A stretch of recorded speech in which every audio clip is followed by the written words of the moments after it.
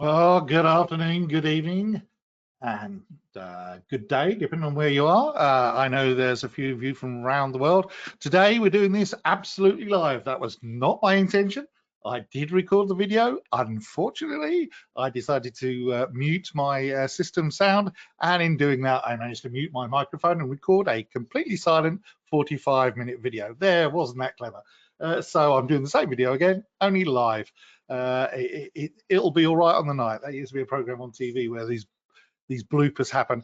There are a lot of you here. I'm pleased to see so many people, and some of the people I recognize as well. Andrew, Sof, and Bruce, and Dave Nottage. Dave, thanks for joining. A very good MVP, extremely talented developer, and many of you I recognize, and plenty I don't as well. So I'm glad you're all here. Because I'm live, there will be some background noise and things like that. I've got noise cancelling on, but you know how these things go. I will not be able to answer all the questions as I go along, because normally I do that when we've got pre-recorded sections. So I apologize.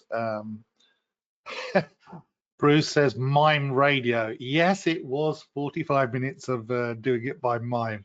Yeah, even I can make mistakes after the hundreds of webinars I've done. So let's just explain a little bit about what today is about. It's going to be a little bit of a combination of a few things. I promise you I am going to show you some cool things towards the end. But some of this might be things you already know and you'll be like, oh, I know this about RAD Studio. But this is also for people that don't know the product and are not familiar with it. Let's just explain who I am. So we start off by saying that I am Ian Barker, and I'm the Embarcadero developer advocate. That means my job is to listen to people like you, developers and programmers and designers, and interact with you and try and put across the company's messages in ways that make sense. Translate some of the gobbledygook speak that we come out with sometimes, but also get your feedback and pass it on to my colleagues as well, so that I'm the jam sandwich. I'm the jam in the sandwich, or the ham in the sandwich would probably be more appropriate. And that's my job. And my email is there. It's ian.barker@embarcadero.com. More on that later. But feel free to email me if there's something you need to talk about. I'm not going to give you technical support. That's not my job. There are plenty of other people out there way better than me about giving support. I'm also not going to get you discounts on products and things like that. But various other things, you're quite welcome to contact me. Say hello to Chichester in England. Hello there, Stephen. And is the Dylan coming from your system and mine? It's not from mine, so I'm guessing it's from yours.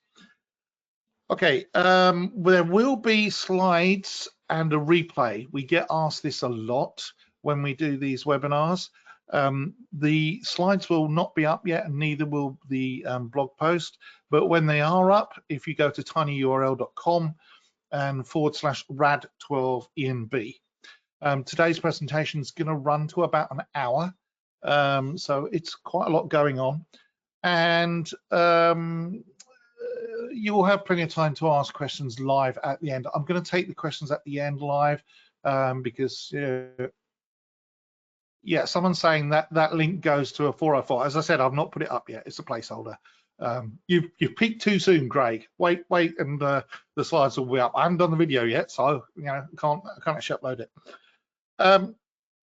So what we're going to be doing is today is the first of a series of webinars we're going to do. There are going to be weekly videos, at least weekly, and in some cases twice weekly. The best day I can pick is Tuesday around about now. That means that most people can fit it in.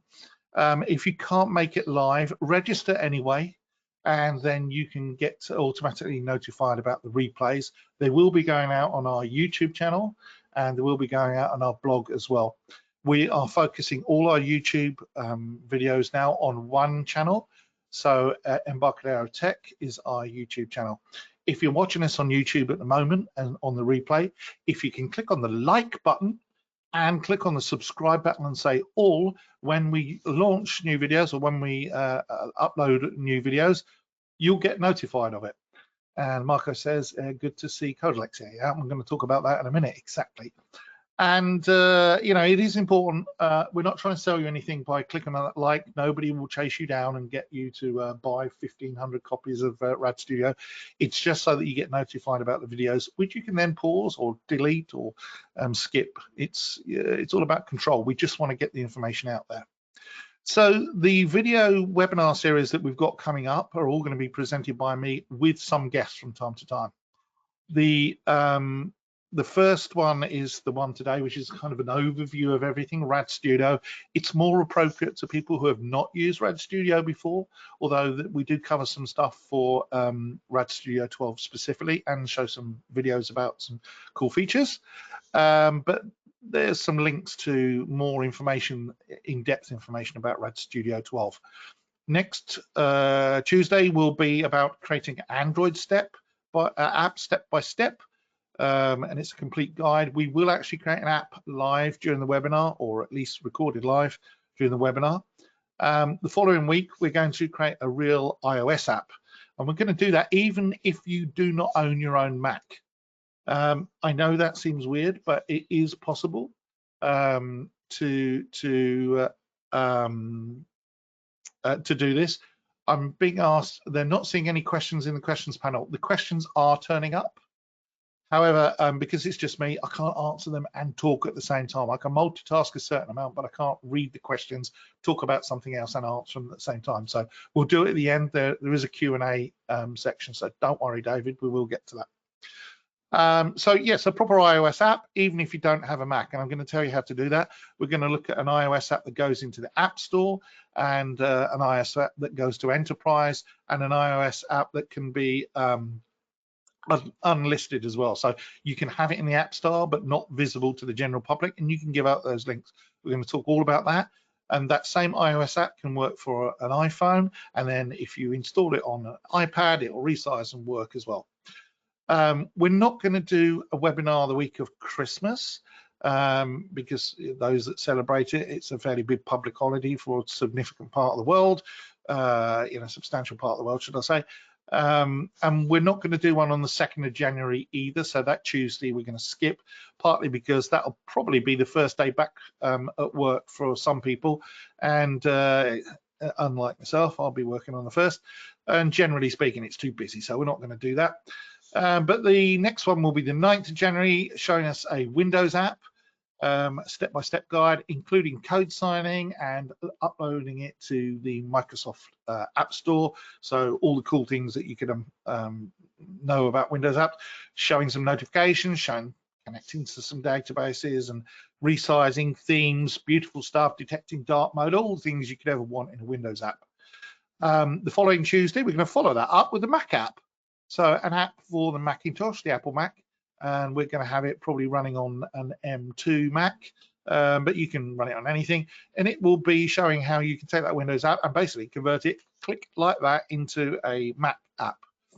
On the Friday of that week, and I wonder if he's listening, he might not be, we are going to be discussing a product called Codelex. So the Tuesdays are going to be more for people who want to know how to use certain features in depth of RAD Studio. And the Fridays are going to be for people who are probably experienced Delphi programmers, or at least understand what Delphi and RAD Studio and C++ can do for them. So that Friday, the 19th, is for a product called Codelex, which is from a company called GDK Software.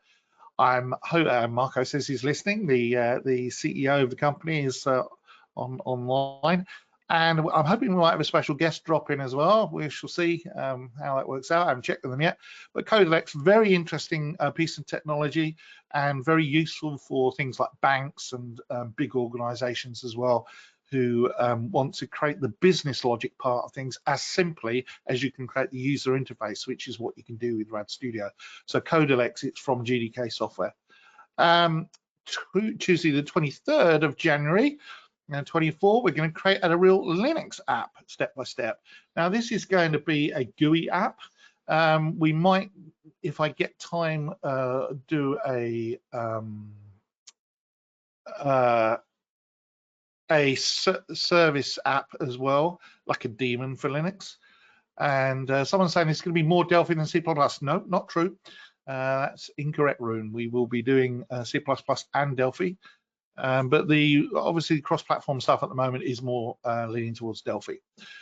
And on the Friday, again, for those people who perhaps already got some applications written in Delphi or C++, and in particular C++, we're going to look at how to detect or track or find out if your app is vulnerable to hackers, crackers, and has exploits available and things like that. This is applicable to both people using Visual Studio for C# and C++, also applicable to C++, RAD Studio with C++, or C++ Builder, and Delphi as well. So we're going to have solutions that will test not just those languages, but pretty much Python and a few others as well. That's what we're going to talk about detecting when our apps are vulnerable to hackers, because we're kind of spreading out a bit into things like Python as well. But that's Friday the 26th. And then on the 30th, we're going to do something completely different. We're going to create a real app that runs in the cloud. And when I say in the cloud, what do I mean? Well, for example, and I need to say this word carefully because I know one of those robots is behind me. If you wanted to have an Alexa app, for example, that responded to you and did something in the cloud, like update a diary or clock you into work just using your voice, or maybe tell you who is available for a meeting or something like that, it's perfectly possible to write apps that do that using RAD Studio. And we're going to talk through how to do that using some of the component sets that are available, and so on and so forth. Charles says he likes the schedule. Great. I haven't even finished this. This is just January and February. And then the final thing before we get to the real meat of February is Tuesday the 6th of February. We're going to round that all off with, well, let's create an app for the Raspberry Pi step by step. And the reason that we're going to do the Raspberry Pi, if you don't know what the Raspberry Pi is, you must have been living under a rock because it's absolutely everywhere. A very cost-effective little device, very, very low cost, certainly for the Western world. I can't speak for all countries because I know there are very big differences in places like South Africa and Brazil and China and all the rest of it. But Raspberry Pi, single board computer, and extremely popular. Lots of kits out there. Kana kit do a really great kit. My own Raspberry Pi comes in a keyboard. It's inside the keyboard and off it goes. But we're going to show you how you can use RAD Studio to create an app for the Raspberry Pi step by step. And that's going to be in conjunction with one of our tech partners as well. So that's what we've got lined up for the rest of December, all of January, and the very start of February. Please feel free to email me, ian.barker@embarcadero.com. It will be up later. And give me some other ideas about webinars you want to do, because we are going to have some authors available who are going to do some chats with us, probably on Fridays. We've got lots of gaps for the Fridays at the moment, and I've already got 4 other people vying for a spot. But there is a new book coming out from a very good author, who's a good technical author, and that book covers entire development from scratch of an application, which includes cloud database access and a few other things as well. Extremely interesting book. I know I wrote the foreword for it, and I've actually had a look at the text as well. So I don't want to spoil the fun for the person who's going to release it, but it's coming up soon. Someone else saying, great schedule of seminars. Great, I'm really pleased. Have we thought of creating apps that integrate with Arduino and Visuino? Yes, we have. And in fact, there are some webinars already that I've done before with an Internet of Things. And in February, I intend to create some things like door sensors, temperature sensors, a robot hand, if I can do one, that will link to Arduino, also using RAD Studio as well. So yes, IoT, we're definitely doing it. How are we doing for time? Good, 1/4 past. Okay, so for those of you that don't know, and we know that there's probably about 50% of the people on this call at the moment are not necessarily using RAD Studio, or they don't know what it is. There might be people, I know there are a lot of people out there that are using RAD Studio for C++, and just as many using it for Delphi. But some people are using, for example, very old versions of things like Delphi 7. Delphi 7 was a rock solid release. I used it for years. Absolutely brilliant release. And we're trying to get back to that kind of quality as well. But RAD Studio is kind of the successor of Turbo Pascal, which was out 40 years ago. That kind of ethos of really great fast compilers, and then out came Delphi. I remember the day very well, February 14th, and RAD Studio is basically the IDE for that.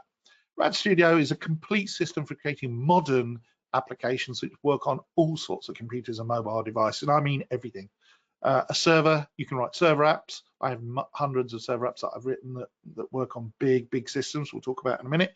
And but you can also create iOS and Android apps, apps that run on Chromebooks, for example, and even Amazon Fire tablets and stuff like that. You can use RAD Studio for creating all of those things. It's a modern IDE, and the latest version is version 12. It is extremely stable. The apps that it creates are extremely stable. I'm not saying the IDE is stable. Hey, quality is one of the things we focused on in 12, and it's a battle we're always trying to fight.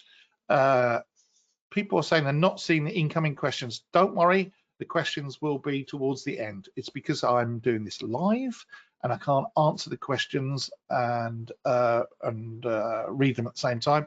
If I do that, then I start getting distracted and I forget what I'm talking about.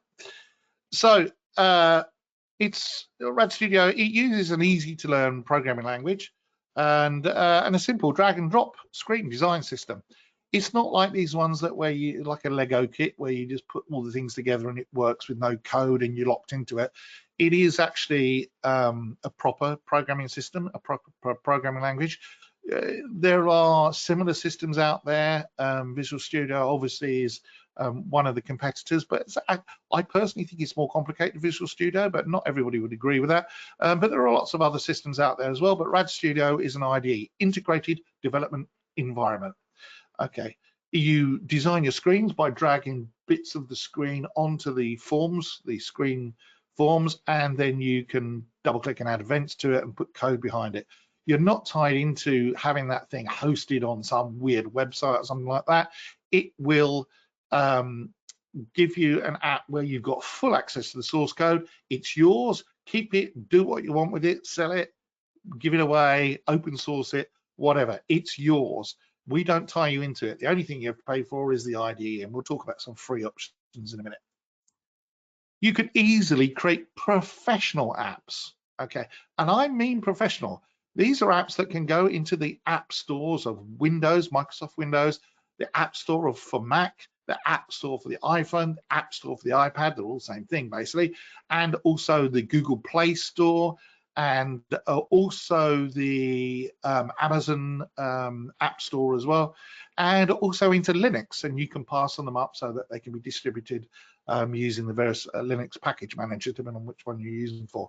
By professional apps, I mean it's a compiled, ready to go app. It's not a script, it's not a macro, it's not some kind of weird packaged web page that's got a wrapper around it. Or like Electron or something like that. No, it is actually a fully compiled application. It means that someone cannot take your source code and steal it. It produces a version. Someone's asking when Jedi VCL will be compatible with Delphi 12. It is now compatible. It was released the other day, so it's a little bit behind, but I actually have some dealings with that. Jedi VCL and the JCL and JVCL are both compatible with 12, but we'll talk about that in the questions. So yeah, professional applications, you can make money with this. You can sell your application, your source code keeps with you, so you don't get someone stealing your ideas. If you compile a Python application, you end up with a .pyc extension. It's compiled, but it's compiled into a kind of pseudocode that's read in by the Python runtime.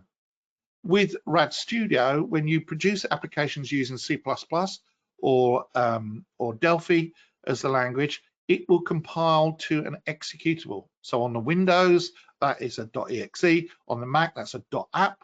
Or on the iPhone and so on and so forth, it's .ipas. And Linux, it's whatever you want to call the extension, because there's no exact rules. It's very difficult to reverse engineer an application built with RAD Studio. It's not impossible, but it's extremely difficult. And yes, I will talk about Copilot in a minute, because that's in one of my slides. But yes, it will create these applications that are, you know, much more difficult to pirate, which is very, very handy. I'll come back to the questions in a minute. There's quite a few questions coming through, distracting me. I'm going to ignore your questions until the Q&A time. I promise you we'll be doing a Q&A. So what is RAD Studio? Well, we'll just talk up. You can pick from 2 languages currently in RAD Studio. Currently, those languages are C++, or extremely easy Delphi language. I'm going to upset Delphi people and C++ people by saying that I can program in something like 11 different programming languages, and I've been a programmer for 38 years.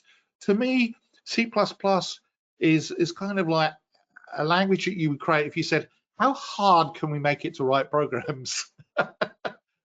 And Delphi is more like how much easier can we make it to code programs. However, I now swap that around and please both sides and say, but if you want full hardcore, close to the metal, absolutely nano control over your applications, then C++ is the language for you.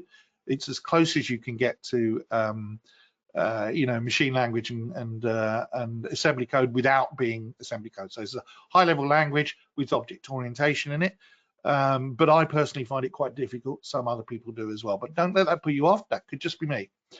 But Delphi is Object Pascal. It has been around for a very long time. Both C++ and Delphi have been around for 20 plus years, 27 years. David says C++ is a write-only language. I absolutely agree. It's difficult to read. But I'm joking. I mean, there are many millions of people out there who use C++, so it's a great system. And if you want to go cross-platform, currently with RAD Studio, you would need to use Delphi. The languages are actually quite similar in some ways. There are differences, but there are objects and classes, and there are methods, and those are all the things that the C++ variant that is used by RAD Studio supports. It also supports the RTL, the runtime library, and the VCL, and FireMonkey. So does Delphi. But there are significant differences as well. You can, if you are reasonably skilled at C and Delphi, you can pick up C++. If you're a C++ developer, you can actually very easily pick up Delphi. It's a straightforward language. And as you can see there, we've got our little space computer there. I have to use that phrase as Paramount own the term Star Trek, but I am a Trekkie, so I like to include these things. And that's just an example of an application that is in the RAD Studio IDE. And what that is doing there is showing you what it's like while you're designing it. So on the right, there's a palette of controls that you can drop things from onto the screen. And then when you run your program, the code behind those controls work. This space computer, I added the capability. I did this a while ago, and it uses Skier, which we'll talk about in a moment. But I added the capability to make the space computer actually talk. And it took me 5 lines of code to do that. It's very, very easy. And of those lines of code, the majority of them were just checking that a file existed before it did it. But that was using a bunch of components from Appercept, one of our tech partners, and it's all completely free. It didn't cost me anything. And so I could make that space computer cool to start off with and do lots of animations and stuff like that with virtually no code, and then add the ability to get the space computer to talk as well. I'm just going to get a drink. I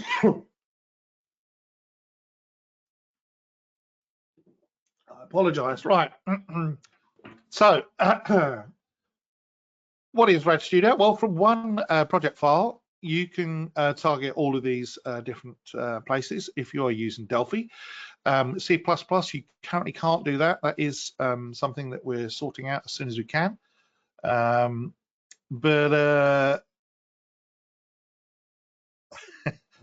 David I is saying it's not a read-only language, C++. I'm sorry, David. I knew I'd upset someone sooner or later. From one project file, you can target all the places people can use your apps. Now, the app that you see on the screen there, I'll show you a video of later, but it is able to run on iOS and Android with no changes whatsoever, and it can actually run on Windows. It looks a bit weird because Windows apps are supposed to be a little bit more full screen and things like that. But from one project, I can literally click on build all and build absolutely everything, which is extremely useful. And that is one of the strengths of RAD Studio.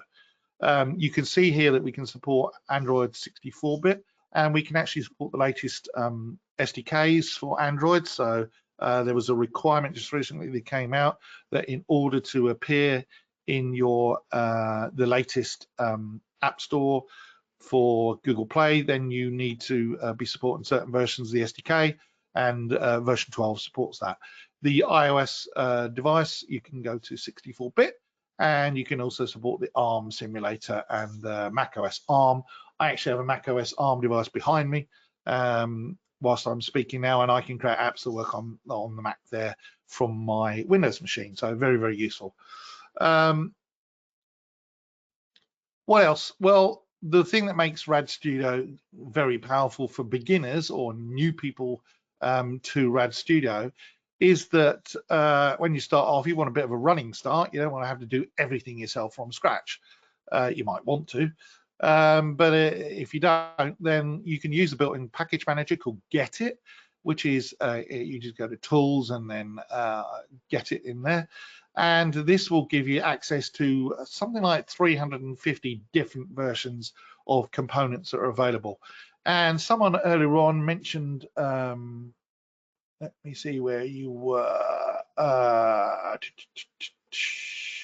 Yes, someone, David Bartholomew, I apologize if I'm saying your name wrong, but he asked if it's possible to use Copilot with RAD Studio 12. Well, actually, the screen that you see there, if you clicked on the install button, it will install an add-on into the IDE, which will link to ChatGPT.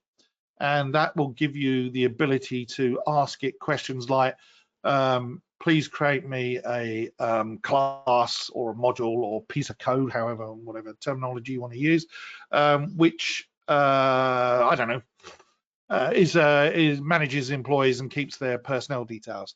And the ChatGPT will come back and it will create some classes and some code for you without you having to do it, which is very useful. There are actually several of those in the Get It package manager at the moment, and it's something we're looking into as a company at Embarcadero. We think that AI is something that's here to stay, and it's something that we're pursuing. We want to get it right. We don't want to build something into the IDE that turns out to be a security risk, because you don't want all your source code submitted to some organization out there, and they've got all your source code and learning from it, and then teach other people how to do what you can do with their open AI. But that is one of the things that you can do.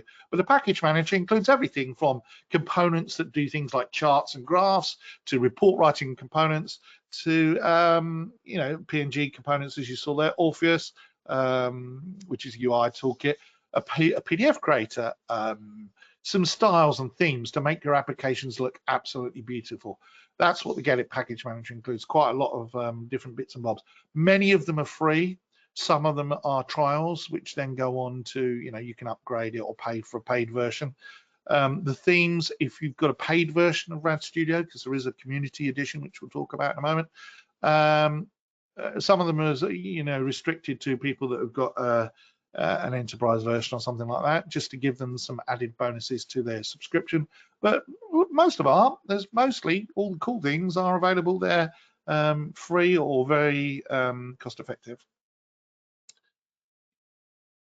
Where can you get RAD Studio? Well, if you haven't got it already, then if you go to embarcadero.com, which is on the right there, and then click on products, which is the little thing that I've got there, and then you can either download and buy the product straight away if you think, well, RAD Studio 12 is the one for me.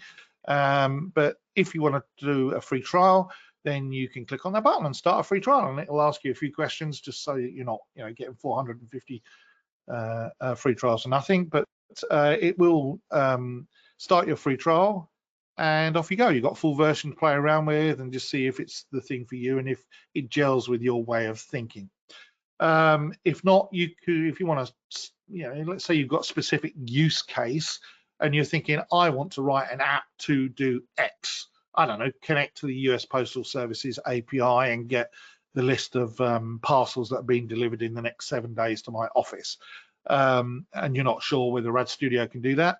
You can click on the button that says request a product demo, which is on the right there, and someone will actually contact you, not straight away, but they will contact you and arrange a convenient time, and they will show you, they will share their screen with you and show you what the product can do for real. And whilst we're on the subject of getting versions, there is a community edition which you can get from that link as well. But if you are an educator, and by educator I mean a teacher or a professor or even an evening class tutor or something like that, whatever your title is, where you're someone who teaches people how to use computing, design applications and write programs. My daughter, for example, is a graphic designer and she is designing app screens. She doesn't know how to program. She can do HTML and things like that, but she is using Sketch and a few other applications to create screens.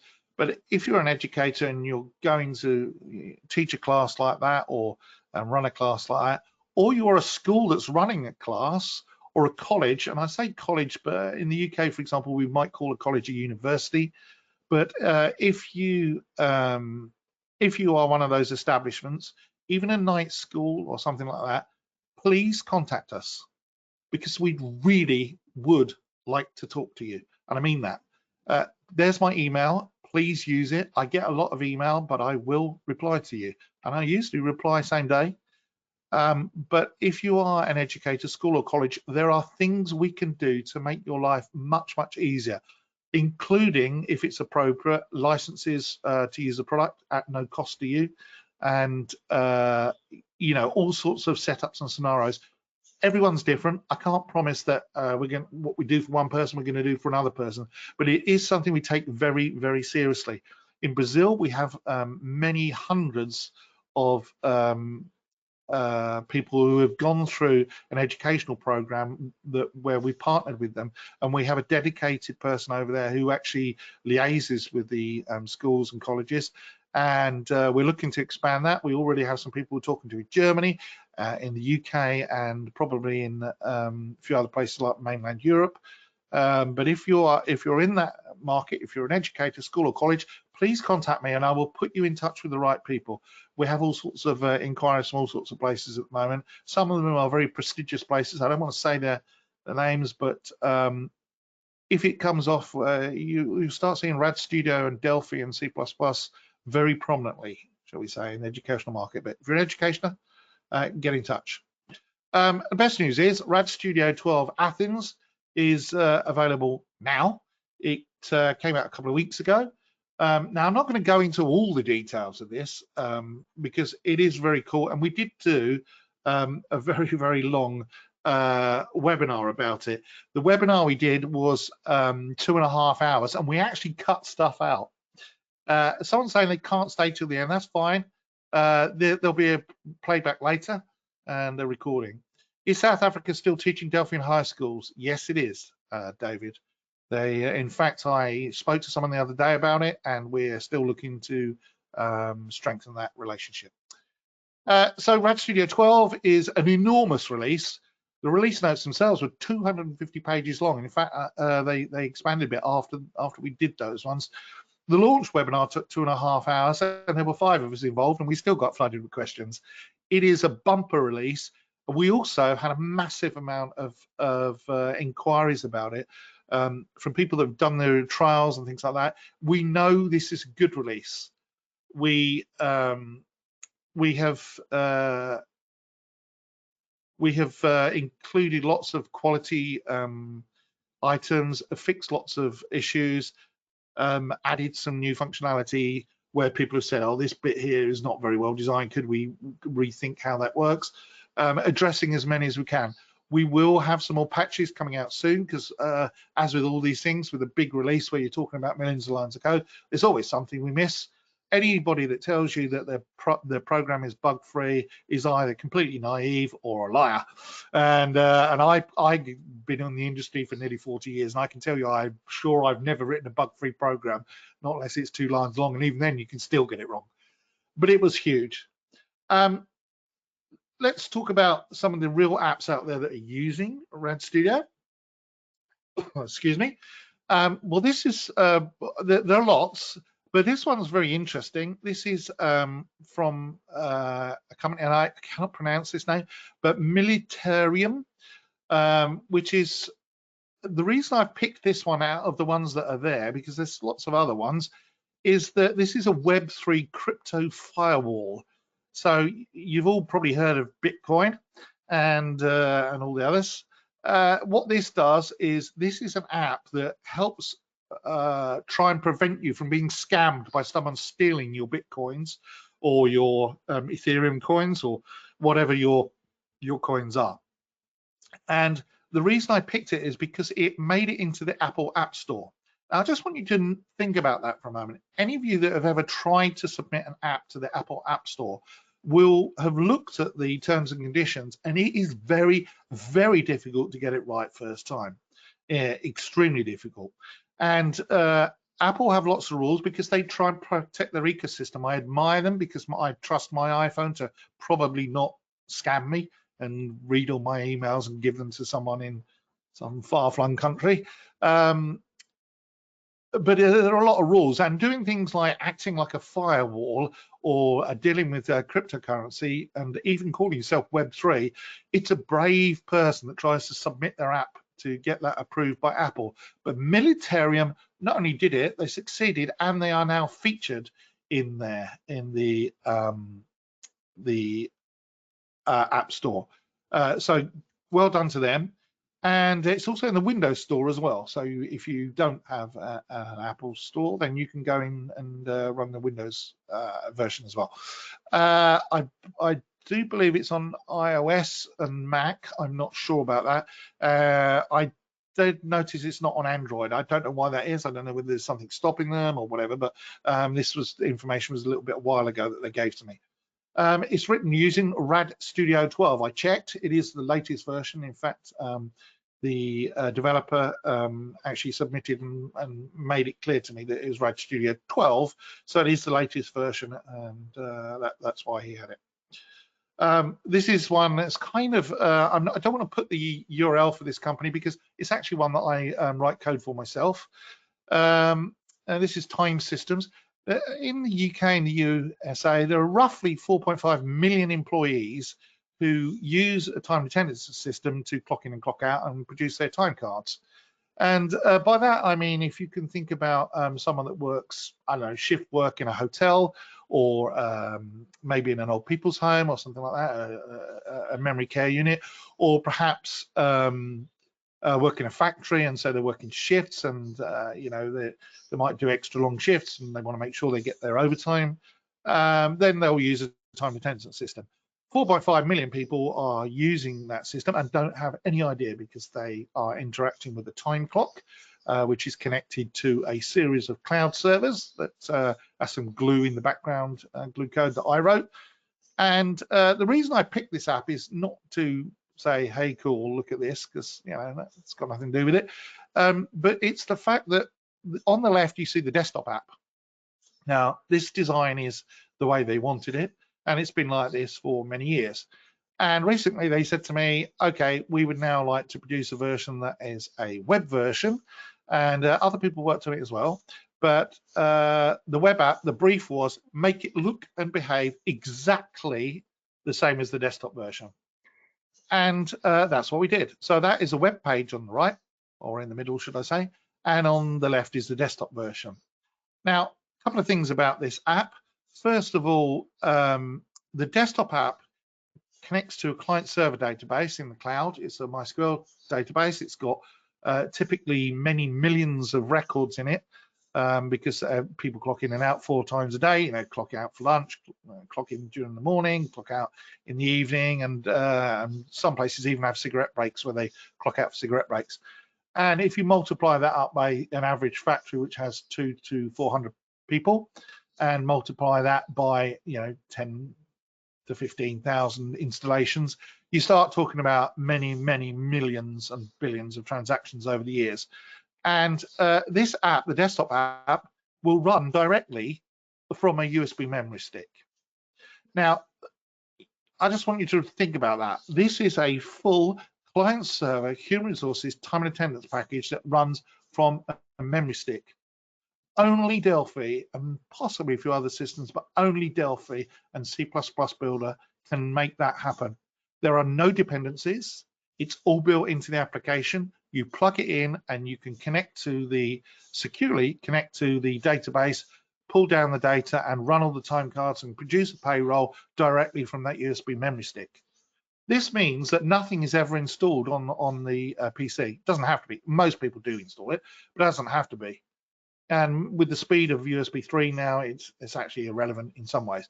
But that means there's nothing ever on there. So if there's any personal information, which there is, obviously, home address, telephone number, and this information you see on the screen is fake, by the way, but test information. But it means that all of that information is completely safe. That satisfies the GDPR.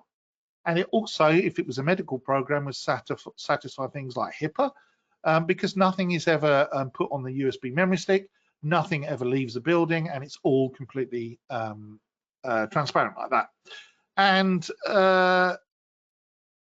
that's something that will survive a complete operating system upgrade. So let's say that you've got this product installed on Windows 10, and you come along and you install Windows 11.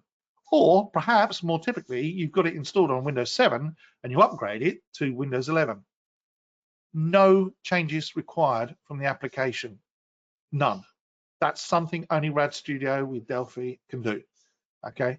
And if you tried to do that with a .NET application, it would not be possible. I guarantee it. It is possible, a lot of work to do it. You have to install lots of patches and things like that, but it would not work. If it was a Python app, they could install some kind of Python upgrade for another program. And if they haven't configured their system properly, and there are ways of doing it, to be fair to Python, it would make it so that your program would stop working because it's a shared system, it's a shared runtime. You can create, Python environments and various other things, but again, your source code is available because in Python, it's even when it's compiled, it's easy to break. But you don't do that with RAD Studio's native applications. So that's the thing. The other thing was that there's some very complicated calculations in here. For example, calculating when the next pay period is for someone that starts partway through the year and they're paid every second Friday, for example, and they start work on the Wednesday. You have to calculate partial parts of pay and when the next pay period will be. You might say pay them every 14 days, in which case throughout the year you get part pay periods. These calculations are horrendously complicated, and we took the calculations from the desktop version, we took the units, the classes, and put them into the web version. No changes, work first time. Code reuse. That is something that's very, very good with RAD Studio and Delphi and C++ to a certain degree as well. Very, very useful. People will say, well, who's using Delphi nowadays? Who's using RAD Studio? Well, over 3 million people, developers worldwide, are using it. They are varied from Intuit, who do QuickBooks. You've heard of the QuickBooks app if you're based in the US, I think. Dell, Honda, Canon. I've actually written programs myself for Canon. You used to get some apps delivered with Canon printers, and I wrote them.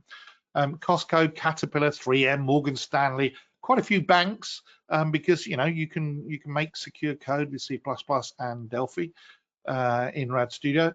Black & Decker. You know, these are names that are all fairly obvious and well known. And more importantly, where can I learn about the new features? Well, the new features of RAD Studio 12 will take us several hours to go through, and we're not going to do that. What we've done is we've got a series of blog posts here with videos. So for each of these links that you've got here, go to blogs.embarcadero.com and then add the bit underneath. So /rad-studio-12. Now I am going to do a blog post, which the link will be at the end, which will include these links in. So if you haven't taken a screenshot or you're trying rapidly to type them in, don't worry, I will make sure that they're in the blog post. Go to the main blogs.embarcadero.com. You'll see this, what can you do with RAD Studio 12, and these links were in here. Those links cover all of the major features of RAD Studio 12, and there are hundreds and hundreds of them. They have videos. There's a replay of our launch webinar as well in there. Lots to see. Now, we're running short of time, but the good news is now let's just, I just want to show you a quick video of some apps that have been created in RAD Studio, which are the real thing, so to speak, so that you can see what's going on. Let me just do this because we don't normally do this live, but here we go. So I'm going to play the video and then I'll talk over the top in a second.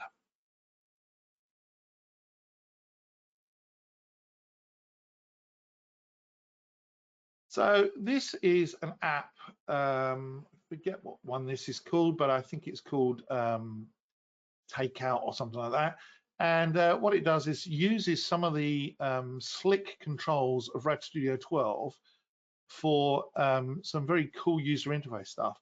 Very, very pretty. Uses all the kind of functionality you expect. It supports gesture controls. It supports those nice, cool tab buttons down there. Very responsive lists, pulling from a database. The database is local to the device. I think it might be SQLite, but it could be Interbase to Go or something like that. And even these splash screens as well, and all these other things, all that functionality that you see there, that animation, is all created using RAD Studio 12, only with the skier stuff and some clever code that the designers put in there. Not massively difficult to do, but you do need some skill. And we're going to show you how to do that later on in the webinars coming up. Here's a screenshot showing you another one, which is a building control app. And it's just going to show you, what you can get with the themes and this kind of standard sliders and controls and things like that you can get in there. I always laugh at the guy's Jim Travolta's name, his made-up name, but Jim Travolta, hilarious. But you can see it's got some whizzy little controls here. Those are standard sliders, but also it's got a custom control there, which changes the temperature of the building. It's supposed to be a smart building app to control the smart building information that's going on, temperature control, like a thermostat or something like that. Now, if you imagine this was talking to an IoT device, like a thermostat using an API, then it will work. And as you can see, because it's responsive, it will resize. This is actually the Windows version. Won't work on an iOS app, but obviously, because the iOS app is just static in size. But if you turn the app sideways on, then it will respond and resize itself to fit the portrait landscape. And again, just showing you what it looks like. Very, very pretty app. I like it. It's using Skier, but it's mainly using Delphi 12 and RAD Studio 12. And I think this also works in C++ as well, but I need to check that.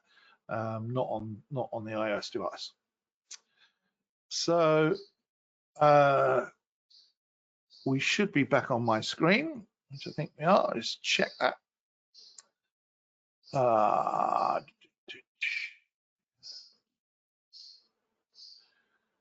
Sorry about that. I need to say show my screen, don't I? Yeah, so.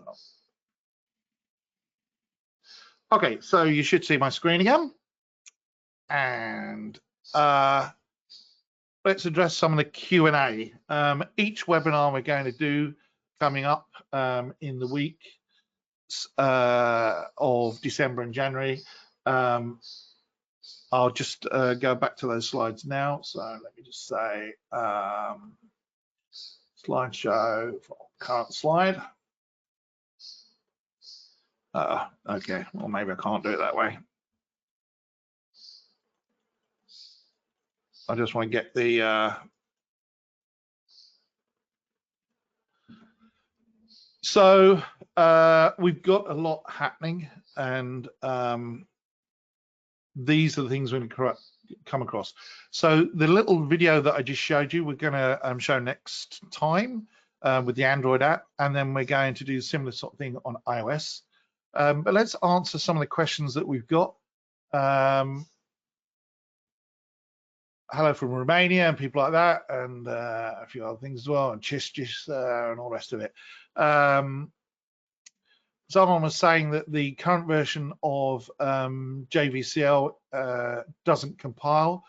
I've noted that down, and I'll do something about that because I actually liaise with the people that create the get it entries.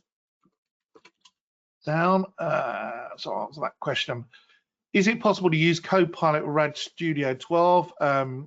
As I showed you in the video earlier on, there's in fact several components in Get It that will work with ChatGPT and also OpenAI and a few other ones of the chatbots as well. So can you use in Copilot? It's not Copilot. You can use OpenAI. So I'm gonna answer that way and say you can use OpenAI, and all of those are via add-ins on Get It. Now, actually, we did do a webinar with Marco Heiser, who isn't around anymore, unfortunately, but he's from GDK. He's the one that's going to be with us on Friday the 19th of January for Codalex, and he shows how to create your own AI plugin in his webinar. That will be listed on the blog already. It's up there, and go to blogs.embarcadero.com and you'll see them there. Have we thought of creating things with Arduino? Yes, in February 24, that is exactly what we're going to do. We're going to, in February, my plans are to try and do some funny stuff. I'm trying to get hold of a robot hand or a robot arm, and for friends, for people that know the Big Bang Theory, if you used to watch that, there's a very funny episode where he has a robot arm and a robot hand. Now, I won't be doing anything like that, but I quite fancy the idea of getting RAD Studio to drive a robot arm around and drive some Arduino stuff. I have a workbench next to me that has a load of internet IoT devices, and we definitely want to do that. That probably won't be till February because I want to cover the iOS stuff and all the rest of it at the same time. Do I have a RAD service seminar for intermediate or expert or developers scheduled? No, I don't. I will make a note of that because no, we do not have a note of and a webinar for RAD server. We do have a lot of webinars for RAD server already, and in fact I think I'm probably on a private one to some salespeople tomorrow, along with some security stuff. But RAD server is a cloud,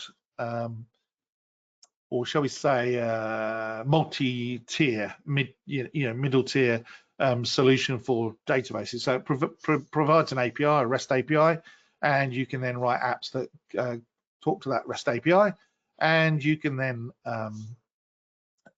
get data down from it and things like that. There's some other solutions as well, but RAD server is ours, and we maintain it. We're actually updating a Docker container as we speak to work with a later version. Charles says, great plan schedule. Thanks very much. I'm hoping that you'll all email me with some other suggestions. I want to make it absolutely clear here what we're trying to do. I want to be going through subjects from the top down. Too many of our webinars, I believe, started from the bottom up. Look at this cool code, look at this interface, here's how to write a loop, here's how to write a routine, and then apply it to some demo app that doesn't do much. I want to do the opposite. I want to take an app that does something useful and drill down into how we did that. It's a subtle difference, but it's an important difference. I want people to see what you can do with RAD Studio because it's a lot.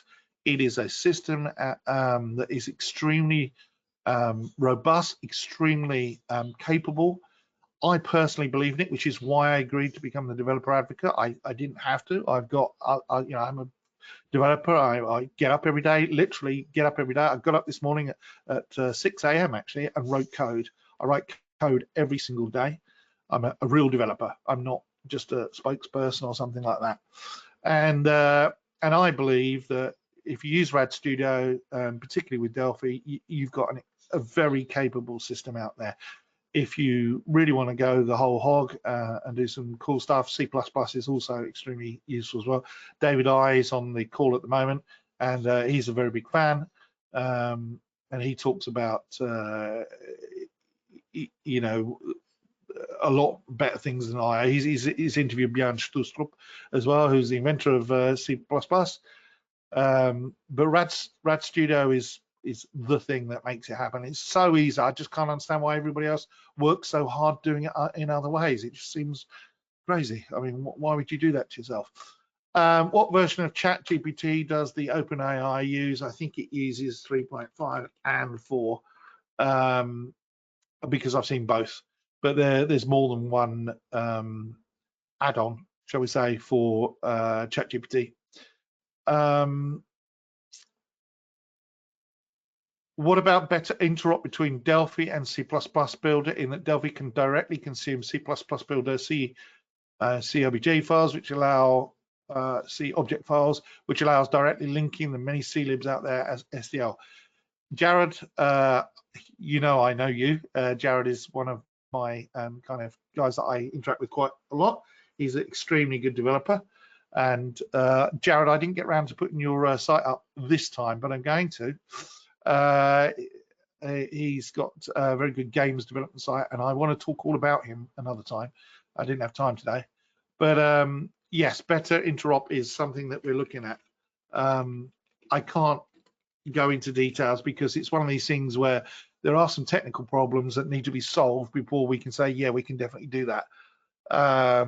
But it is something that is on the cards for us to look at very substantially, shall we say. And I've heard it mentioned, not by me. I don't know. I mean, I'm not sitting with the developers and watching what's going on, but I have heard it mentioned publicly in webinars that is something that we hope to, or we aspire to. Is so I'm going to say that something that we aspire to. The reason Jared asked is that he, as he said, he's got quite a lot of libraries. He writes a games development platform, and with games there are lots of, you know, speed is important, and C++ is so close to the metal. You can write some really tight code in C and C++ that do things that no other language out there can touch. So you know, it's worth having. David I asked about, is South Africa still teaching Delphi in high schools?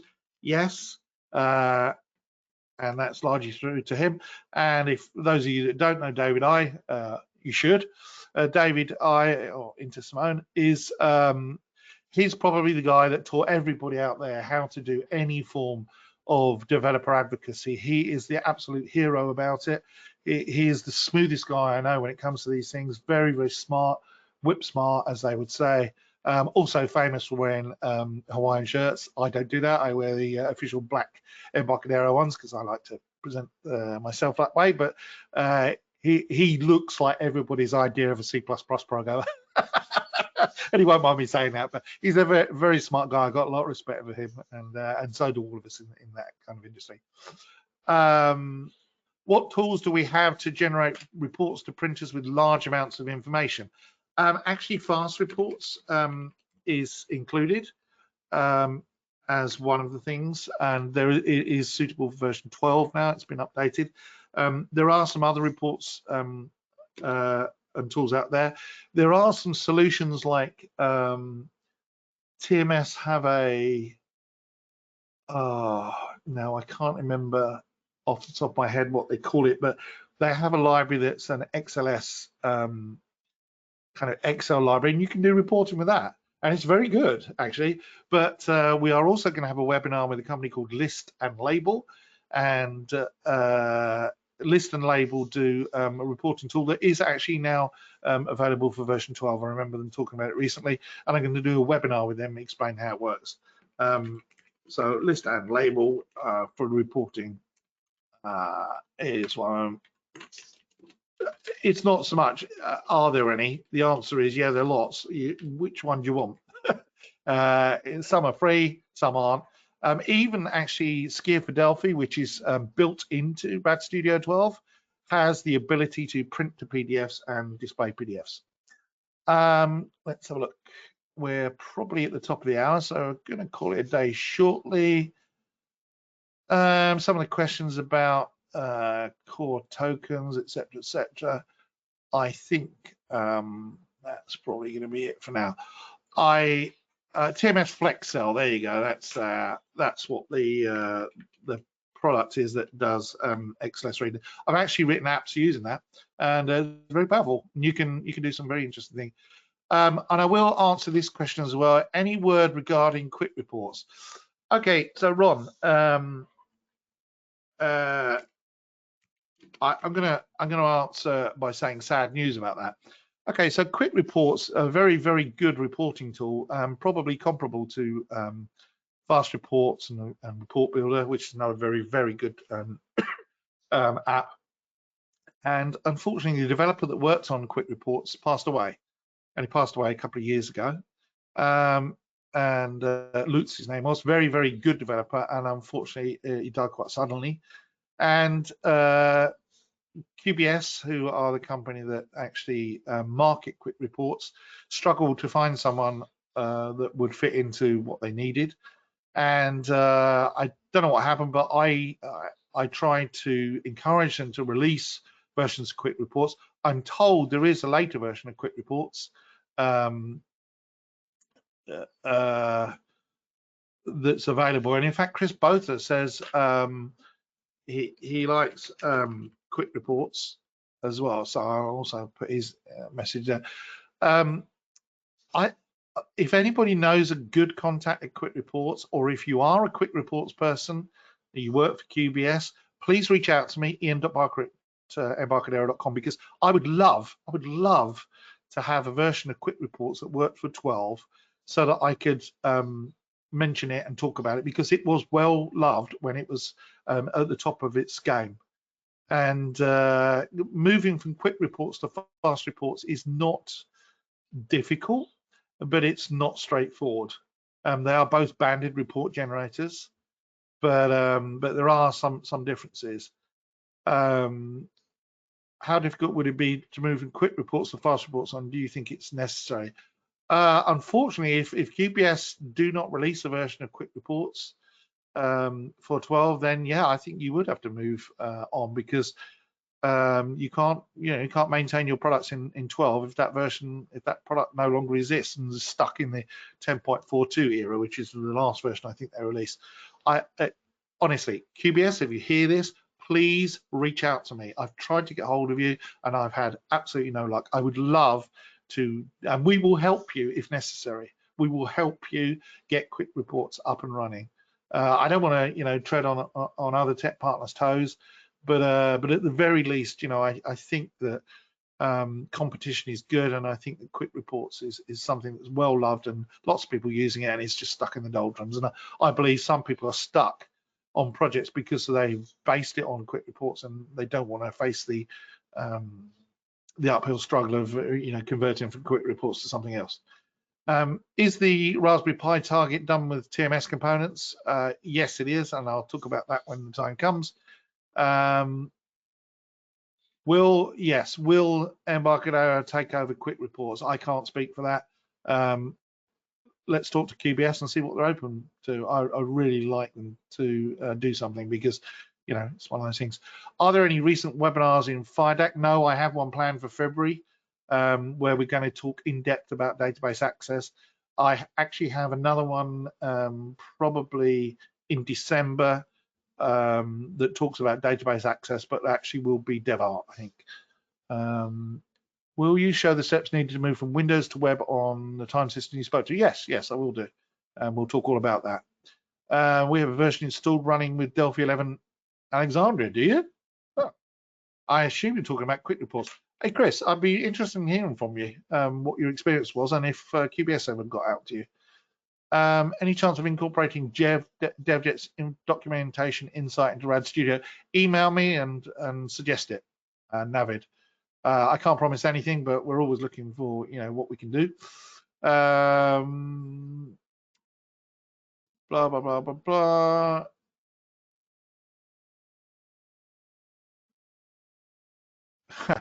Okay, someone else said they bought QBS software for Delphi 11.3 quick reports. Really? Their website doesn't list it. Oh well, if they do, I'd be very interested. And somebody's sending some emails of people's Jörg. Yes, I know Jörg. I've spoken to you. Okay, and a few other people giving names and details. Okay, all right. Well, look, I think we've covered most of the things here. As I said, this webinar is a little bit of it's a bit of an overview, and for some of you that have already been using the product, you're probably like, well, I knew all this stuff already. But some of you don't, and that's who we're aiming for. C++ 20 support, yes, Robert, that is. Go on the blogs.embarcadero.com and look at the C++ changes where they talk about Clang or CLang support. And Ronald Lapine also says they have 11.3 version. Really? Okay, well, maybe I'll have to have a look again. Last time I looked, I couldn't get hold of it. Yes, but I apologize, for some of you to say, oh, well, I've seen all this, but a lot of you stuck around right until the very end. So I appreciate that. Next time we are going to be looking at Android app, and we are going to create one. I'm probably going to record it because, doing the questions and answers and doing an app at the same time is more than my poor little brain can cope with. We are then going to do an iOS app, and then it's Christmas time for those that celebrate Christmas or Hanukkah or Happy New Year. But I hope you've enjoyed it and got something from it. I appreciate all of your time.